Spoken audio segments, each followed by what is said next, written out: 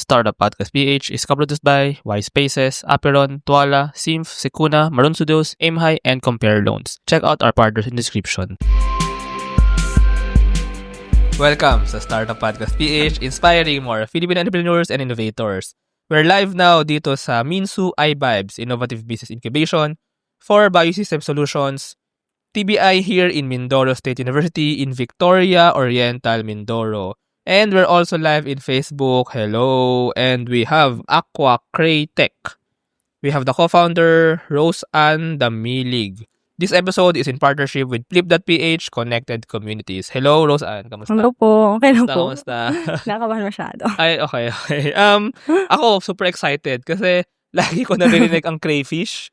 Yes. Sa mga TikTok nga nasa bus ako, lagi may nakikinig, may nanonood ng TikTok about crayfish. Oh. Pero parang mga nagtuturo at saka nagsasabi na this is a good business opportunity daw. Yes So, po. sige, pa-enlighten kami. Tsaka ano ba yung tech or ano ba yung innovation na ginagawa nyo with sige, I'll let you introduce na lang. So, ano nga ba, Rose Ann, ang Aqua Craytech? Aqua Craytech po is an automated monitoring system po for crayfish. Minomonitor po nito is yung mga parameters that is crucial po for crayfish farming, which are the dissolved oxygen, ammonia, temperature, etc. So, lahat po yun. And then, para po mas mapadali po, ginawa natin po siyang automated using mobile phone po. With just one click, yes po. Ando na. So, IoT ba to? Yes po. So, IoT na monitoring ng parameters nga for crayfish farming or crayfish breeding. Yes po. Pero sige, linawin muna natin. Gusto ko kasi maintindihan, ano ba itong crayfish na to? Tsaka, ano ba, kinakain ba siya? Ba't siya binibreed ng mga farmers o mga aquaculturists ngayon? For consumption ba siya? For ano siya? For consumption po. So, bali po kasi ngayon, nag-trend po siya. Kasi po, di ba po yung, crayfish. Doon din po kami nagsimula sa online po. Kasi, yung pong mga lobster, yung mga sobrang mamahal na po ngayon, di ba? So, ang ginawa po nakita po namin online na, sumikat siya dahil mabilis po dumami at mas masarap po. Mas meaty po siya compare sa lobster talaga. Ang crayfish, di ba? Parang siyang lobster. Tama ba? Yes po. Lobster ba siya mismo? Or, as in, parang lobster siya? Or parang siyang shrimp? Or, ano bang crayfish? Ang crustacean po ang lobster. Ang crayfish po. Which is similar din nga po sa lobster, but yung kaibahan po nila is mas meaty. Mas meaty. So, yes. Di po sa nakakain nakakain ka na ng crayfish? Hindi rin po. Pero, ano bang lasa ng crayfish? Paano ba kainin to? I mean, paano ba tong crab or lobster nga na... Lobster po, binubuksan lang din po yun sa... Tapos kakamayin or kukutsarahin yung meat. Sarap naman. Opo, ganun po. Sige. Sige, I want to ask lang, yung as a startup nga, yes po. Ano yung ginagawa nyo exactly? So, you are producing a system and an app na pwede mag-monitor. So, ano ba yung problema or ano ba yung challenge for breeders? Ba't nyo naisipang gawin ito? Nagsimula nga lang din po kami sa since trending po siya, ang dami pong mga small scale farmers, mga nasa backyard lang po yung mga... Sa pond, ito, diba? Mga pond ba yung yes crayfish? Po. Pwede pong sa mga recycled refrigerator. Yun po yung mga casing na ginagamit. Parang pond talaga na nasa lupa, pero pwedeng structure na Opo. Basta po, parang aquarium? Yes po, aquarium. Kaya super dali po niya. Malaki ba yun or maliit? Or, I mean, gano'n ka... Kasi backyard, diba? So, gano'n maliit pa pwede? Mga 2x3 meters po. So, maliit pa pwede na mag-breed ng crayfish. Aquarium po na kaya maliit lang. Kaya siya trending kasi kaya siyang gawin in your backyard. Yes po. Tapos mabilis ka mag-breed, so... Yes po. Yung two co-founders ko po kasi is ang farming po talaga nila is through aquaculture. And then sabi din po sa amin is mag-focus na po. Mag-try po kami doon. And then upon benchmarking po, sabi sa social media, madali, ganon. Hindi rin po pala madali. Lalo na po pag nagsisimula ka. Pili ko yung mga nagkapatrend ng social media, yung mga supplier ng crayfish. Anyway, sige. Opo, yun. Tapos so ang dami pa rin pong kailangan yung mga parameters na mayat-maya manual monitoring. Okay. So, try nating mas mapadali. Totohanin talaga yung online na sinasabi sa online. Padaliin. So yung dalawa mong co-founder, as in may crayfish kayo na Sa aquaculture po, tilapia, doon po Ay, sila okay, naka-focus po. Sige, sorry, ano bang course ninyo? BS Abay po, Agricultural and Biosystem Engineering. Okay. Yes po. Okay, sige, dugtungan natin yung sa may ano, no, doon sa problem na yun na parang madaming kailangan bantayan na hindi ganun katotoong madali, ano. Opo. So, pagbabantayan nyo, as in, maya't maya nyo ba kailangan bantayan or every hour or every 2 hours, kailangan nyo i-check yung temperature, yung ano, so paano ba yun? Hindi naman po every 2 hours, pero mga umaga, tanghali, hapon po, check nyo yung temperature. Kasi po, bago pa lang yun, medyo kailangan po mag-adapt ng crayfish doon po sa environment po. Kasi iba't iba naman po yung environment natin. Kasi ang crayfish, saan ba galing ang crayfish? I mean, Fresh water po. Well, pag dinala nyo sa may backyard nyo, freshwater pa rin naman yun, di ba? Yung sa Opo. aquarium, para aquarium ninyo. Pero yun nga, kailangan nyo bantayan kasi baka nag-iiba na yung temperature. And ano pa yung mga kailangan bantayan? Ammonia, dissolved oxygen, water level. Yes po. Tapos, ano I po think siya? sige. Parang, kaya po sobrang ganda rin po niya, hindi, kahit po sabing hindi daw bantayan ganun. Kasi, goods lang po naman, ayos lang naman po sa crayfish na madumi daw yung tubig. Which is, hindi rin pala to. Hindi rin. Yes, Kailangan linisin yung aquarium or yung... Opo, like, pero hindi lang po literal na itatapon yung tubig. Parang, babawasan, dagdagan. Yung sa mga aquarium yan, yung mga... Ganyan kami dati, may aquarium kami dati sa bahay. Opo. I-drain. Opo. So, yung isda, lilipat mo muna para i-drain mo yung aquarium or babawasan mo tapos pupunan mo ulit. Or yung iba may filter, di ba? Yung filter out yung mga dumi. Pero sa crayfish po kasi okay lang po na madumi yung tubig. Pero bantayin din talaga na kung dumami na yung dumi, kailangan mo ng yung ammonia po nun. Aangat yung ammonia level. Opo. I think yung mga nagsasabi na madali ng crayfish kasi baka kung freshwater galing crayfish tapos yung farm mo ay may sapa naman, may pond, doon mo ilalagay yung crayfish. So baka similar environmental. Pero ito kasi madami na yung mga nag-crayfish sa backyard nga and marang medyo manufactured yung lalagyan, yung kung saan nag-breed. So doon mo talaga kailangan kontrolin. Tama ba yun? Apo. Sige, so now puntahan natin yung app ninyo, no? So si Aqua Craytech. Yes po. So ano yung parang itsura niya and ibig sabihin meron ding mga paano ba minomonitor yung temperature? Wala namang thermometer? Or paano may isang system na po kami na ikakabit na lang po sa aquarium. Tapos i-connect po siya sa mobile, sa phone nyo po. Tas yun po. So yung device nandun sa aquarium, kaya na monitor yung mga parameters na yun? Yes, yung dissolved oxygen, ammonia level, yes po. Temperature. Tapos i-view mo na lang sa app mo. Opo. Makikita nyo rin po doon kung ano po yung nila, level. Okay. Yes po. So, I think ang value nito is first, hindi nyo kailangan manually bantayan ng tao. So, pwedeng yung tao ay kahit nasaan, Opo, yes po. babantayan lang niya. Pag may nangyayari na, tawagan mo yung tao doon, yung staff doon para may gawin. So, anong gagawin? Pag po mag-alert po yun. Okay. Opo, tas click nyo na lang po para umayos po yung temperature ng aquarium. So, paano ina-adjust yung temperature? Mayroon po dong tank na constant na po yung... So, parang maglalagay ng hot water or ng cold water para ma-adjust yung... Opo, constant na po yun. Okay. So, may drain out din yung water. Opo. So, pwede mong... Kunyari, nagsabi na yung temperature ay, let's say, lumamig. Opo. So, magdadagdag... Mababawasan po yung... Sa app mo, makikita mo na mataas yung malamig yung temperature. Yes po. So, pag nangyari yun, or pwedeng automatic na rin pwedeng hindi mo na control yun pwedeng maglalagay magdadagdag ng hot water, magda-drain out ng para ma-balance yung temperature. Yes po, ganun po yung mangyayari. Paano yung sa ammonia level? Sa ammonia po, ang gagamitin po namin doon is total dissolved TDS po. Okay. So, paano siya ina-adjust? So, doon din po sa tank na yun po. Okay. So, yung system nyo kumbaga, may device for monitoring tsaka may tank na kumbaga parang siya yung robot Siya yung na mag-a-adjust nung parameters. Yes po. So, hindi na kailangan talaga ng tao. Na magbabantay. Kailangan pa rin po. Pero na rin po siya. Pero hindi na po ganun kabantayin talaga. Pwede nyo na po gawin lahat ng pwede nyo gawin na... Tsaka pwede mag-travel, no? Pwede hindi mo na schedule yung mo. Yung pagtitingin mo dun sa Okay, kasi every once in a while din yun na manually mong susukatin. So, Opo. dito automatic na. Opo. Pero kailangan pa nga rin ng staff para syempre sa bagay, imposible naman iwan mo na talaga at all yung baka Opo. may Baka mamatay lahat ng crayfish. Sorry. tumatakas din po pati yung crayfish Talaga ba? Opo, gumagapang po Sa sila. lupa, nakakagapang sila? Sa mga tank po, Tapos nagaan pag din po. nakaalis sila, Wala na. mamamatay yun pag So, kailangan ibalik? Hindi po. Ang crayfish din po kasi, pwede rin po siya sa Lupa? Opo. So pwede yung gumapang pabalik ng Opo. ng sapa ng Opo. Pero hindi naman po siguro yun mababantay naman po siguro. So but anyway so ang pinaka-value nga nitong si Aquacratek para hindi mo na manually i-measure. Tapos automatic na rin na mag-a-adjust yung parameters para sa optimal na kumbaga for the crayfish. Yes po. Para siya tumakas. Kasi kasi tumatakas kasi ang taas na ng ammonia dito. Gusto ko na umalis.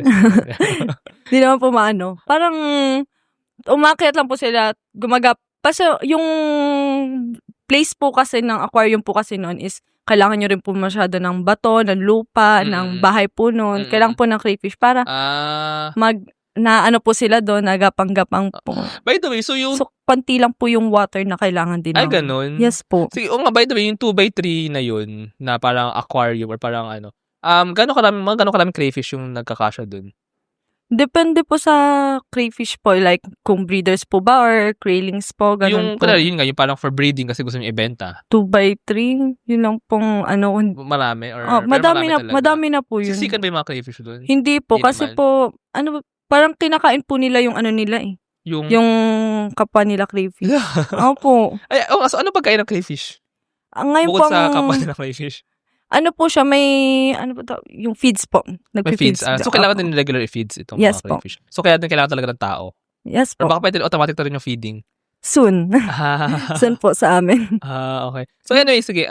Itong si Aquacratek, so ginagawa niyo siya as parang all-in-one package na siya na device and yung tank, no? Yes po. Na i-install dun sa quote-unquote aquarium na para hindi na nga manual magano. Ganun ba yun? So binebenta niyo ba to? May pricing na ba ito? Or yung sa ngayon po, kino-compute pa po namin yung pricing, yung mga magagastos po namin bago po kami Kasi kumbaga may cost sa device, yung tank. Tapos yung app din, yung paggamit din sa app, sama-sama na po yun. Sama-sama, Yung so parang application and yung yung package system. na yun, tutulungan na sila i-install or bibilhin lang nila yung package or you also tutulungan din install po namin. Tulungan i-install yung device, yung tank, and then magamit nila yung app. Tuturuan din sila magamit ng app. Yes po. Tapos pwede lang gamitin on their own. Ganun. Yes po. Tapos balak din po namin is mag monthly, every 6 months check-up, ganun po. Oo. So, ang bayad din ba nito, yung parang model nito is subscription, monthly, or isang Yes po, pag or ganun baka may one time for the device nga, and then may subscription for the app, and for the, parang yung, i-check up ninyo eh. Ganun ba? Apo. Parang may subscription din po. Okay. Interesting.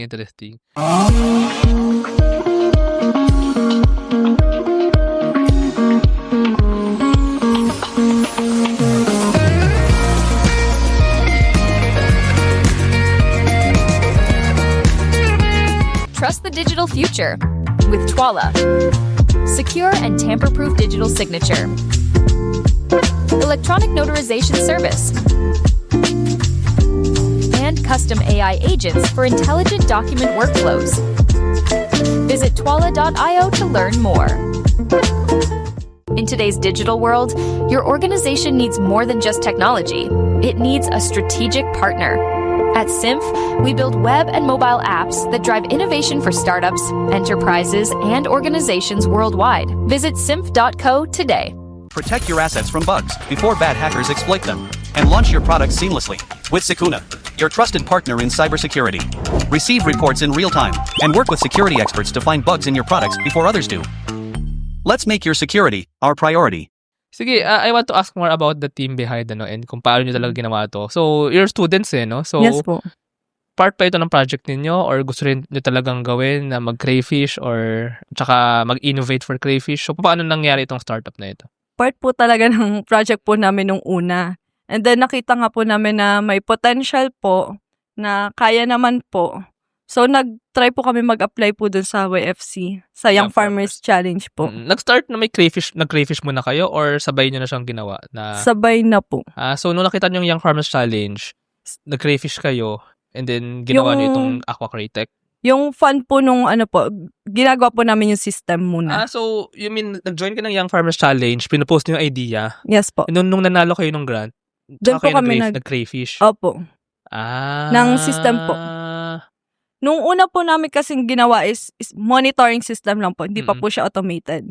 And then, nung nanalo po ulit kami, since may fun po, Laki na. may fun po ko kasi ulit. So, Young natuloy Farmers po. pa rin? Or Opo, sa ano po. ibang level na? Di ba may regional, Opo, national yan? umabot po kami sa regional.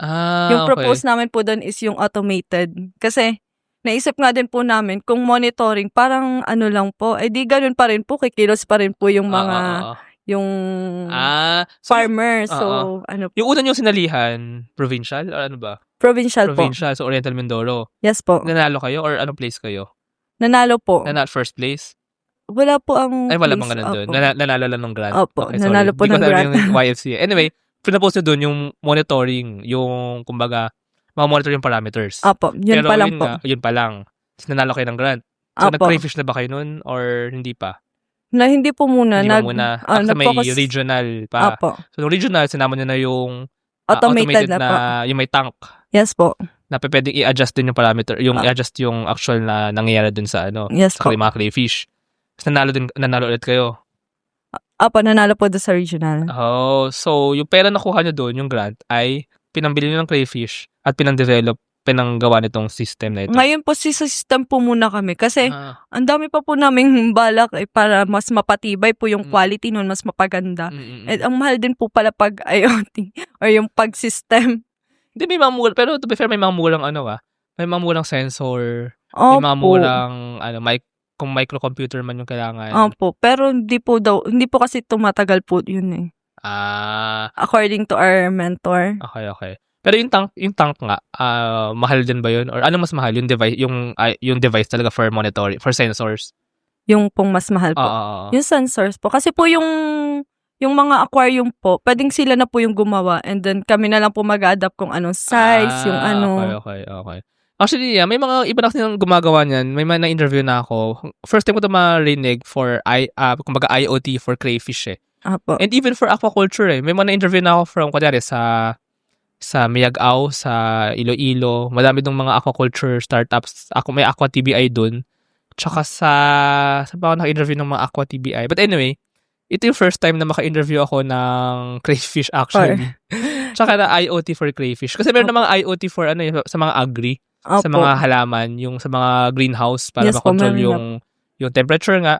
Pero this one is actually very unique, lalo na maganda opportunity ito kasi trending nga si crayfish Yes and po. sabayan nyo na ng IoT sensor. Ang magiging problem lang nito, I'm not that sure, but maybe you can tell me also what you think. Baka yung mga iba isipin, kailangan ba namin yung IoT na yan? Kailangan ba namin yung tech na yan? I mean, gusto lang nila mag-crayfish. Baka, parang what do you think of the challenges ng pagbenta or pag-market nito? Yung po kasing mga yung mga nag-backyard farmers din po, ang ginagawa na po nila ngayon is pinagbebenta nila kasi mahal po yung bentahan po ngayon ng crayfish eh. Yung per kilo, ang mahal po. Mahal po. Magkano ba per kilo ngayon? Mga 1,000 plus po Ay, yung... talaga ba? Opo. Wow. Dahil pang So- dahil pang mga salmon. So kaya nga po. Kasi siguro sa meaty, yung mas malasa daw, ganun po. Nata-trend kasi ngayon eh. Mhm. Pinapatong kasi sa TikTok eh. Opo. Tapos ngayon, ang nangyari po is, yan, nagiging business nga po siya. So, mas madami yung nagpa-farm. Tsaka may pera sila.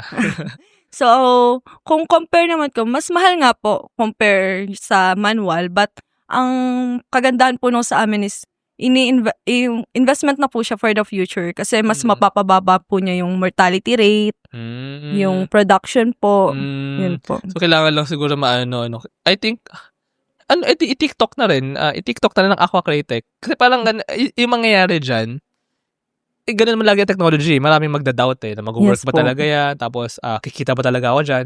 Kailangan may isang influencer ng crayfish na magamit at dahil magamit niya ang Aqua Cratech, tataas ang kita niya.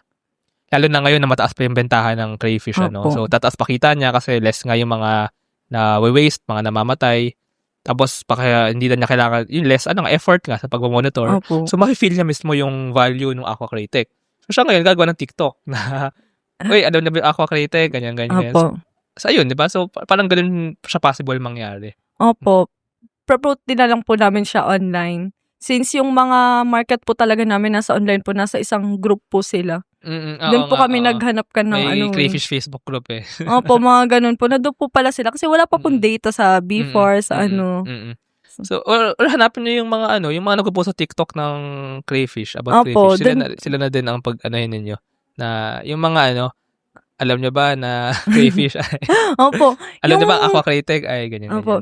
Yung benchmark nga po namin gusto din daw po niya i-adapt yung namin. So, gets niya yung problem niya siguro na yun. Opo. Siya po talaga yung nagsabi sa amin na nag-train na rin po siya sa mga dito, yung mga And by the way, paano niyo nga ba nalaman yung problem na yan about crayfish breeding? Doon po sa benchmark po namin. Talaga nag-interview nung nagtanong kayo sa kanila? Opo, yung realistic po talaga. Okay. So, pala? So, yun talaga yung problema na nangyayari. Opo, may pinuntahan po talaga kami.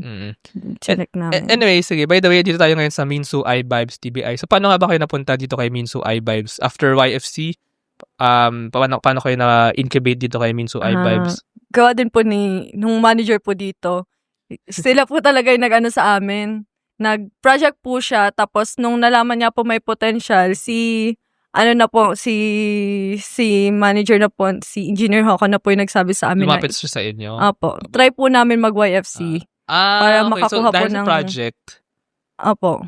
dahil sa project na nalaman ng TBI, pinag-join kayo sa YFC? Opo. Tas Try siya daw po namin. Tapos siya kayo na-incubate dito? Opo. Sabay-sabay na po nangyari sa amin yun. Okay. After YFC po is, nag-pitch po kami dito.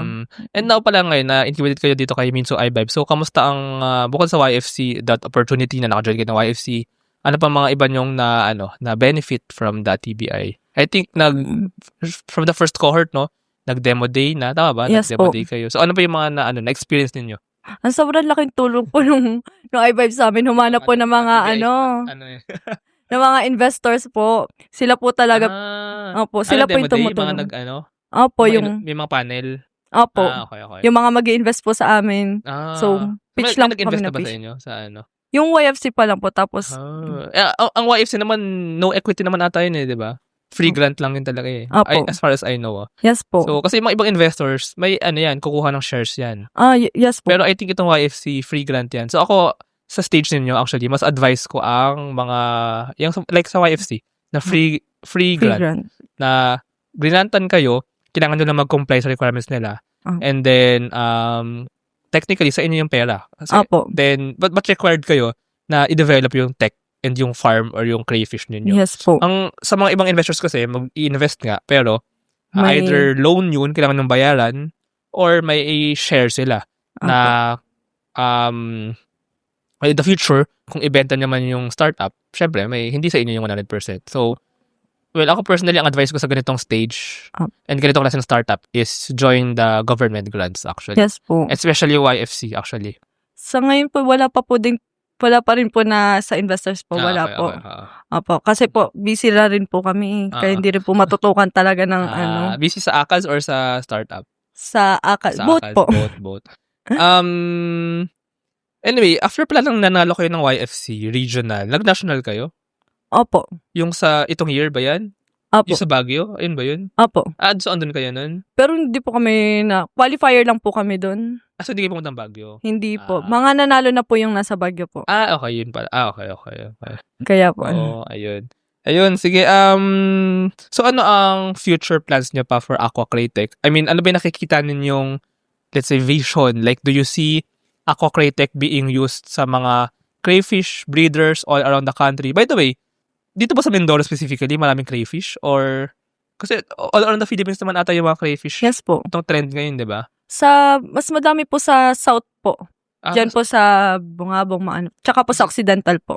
Okay. Nandun Pero, po. do you know ba sa buong Pilipinas, marami rin mga crayfish, Yes po. Pero I think sa Mindoro ba, talaga marami? Madami po. Wala lang po dito sa Calapan po. Pero meron po. Mga tago po sila eh. Hindi ko rin alam kung ba't Kasi kahit dito po sa Victoria, yung pong mga nag-ano po dito, tago pa rin po. Gusto po nila palawakin muna talaga yung crayfish Ay, farm baka, nila. oo. Baka. Ganun Saka po. baka, yun na nga yung magandang opportunity eh. So, habang nagtatago pa sila, habang nag-grow pa sila, share nyo na ng technology. Opo, ginagrab na po. Oo. So, kailangan silang hanapin lang talaga. Opo. Oh. Online. Sama-sama sila online, pero pagka yung, wala. Konti pa lang talaga Hindi, ng information. Honestly, yan nga yung mga totoong negosyante. Yung kasi nakafocus lang yan sa business nila eh. Mga hindi nagkapasikat online, ganyan. Opo. So, yan yung mga dapat yung lapitan and dapat yung maging magandang opportunity. Kaya nga po. But anyway, sige. So, plano nyo muna ngayon Mindoro, siguro. Yes po. Pero eventually, do you see this like anywhere in the Philippines? Yes po, yun po yung plan. Since online naman po, pag ngayon po kasi under evaluation po and under develop pa lang po yung namin. But in the future po, sa Philippines na and then focus po sa other aquaculture po since ang pa naman hindi is... lang crayfish? Yes po. So pwede na yung aqua shrimp tech or aqua bangus Mga tech. other freshwater, po. Freshwater. Yes. Dun po muna kami para mas Okay. madaling i-adopt. Okay.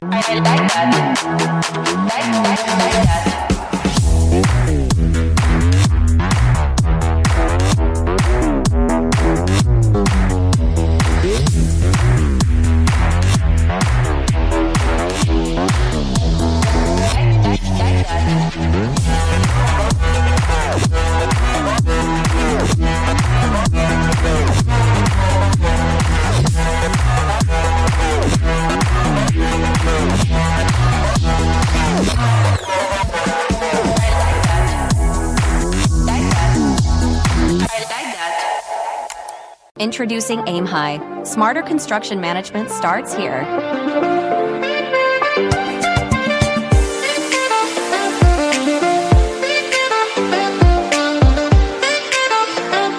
Monitor costs and progress with real-time insights. Plan ahead and adapt with streamlined scheduling tools. Make data-driven decisions to avoid costly delays. Increase efficiency and profit with Aim High.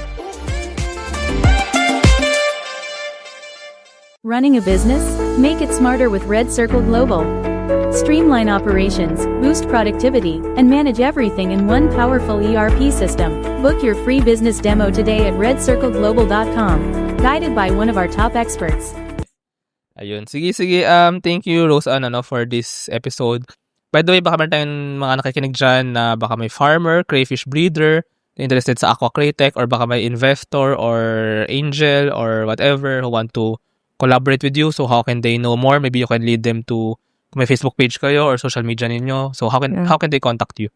So, as of now po, wala pang social media but you can contact po Minso iVibes po. Sige, muna. through Minso iVibes na Yes lang. po. So, ilalagay ko rin pala yung mga details ni Minso iVibes, may website ba kayo, sir? Minso iVibes? May website? Ayun, meron pala. So, lalagay ko rin yung details. Ay, ito pala sa likod natin. MinsoiVibes.com. Tapos ito yung Facebook, Minso iVibes, at Minso iVibes, and yung email, ivibes@minso.edu.ph. Ano ko lang, yung iVibes, ang spelling niya ay parang ibibes. So, IBIBES. Ayun. But lalagay ko rin sa baba yung mga details na yan in all our episodes para you can also contact Minso iVibes. Ayun, and ayun, thank you, Rose. Thank you Actually, po. nakaabot thousands na yung viewers natin now. So, thank you din sa mga nakikinig dyan. Thank you po. Na malamang mga taga-Minso. So, thank you sa inyong suporta.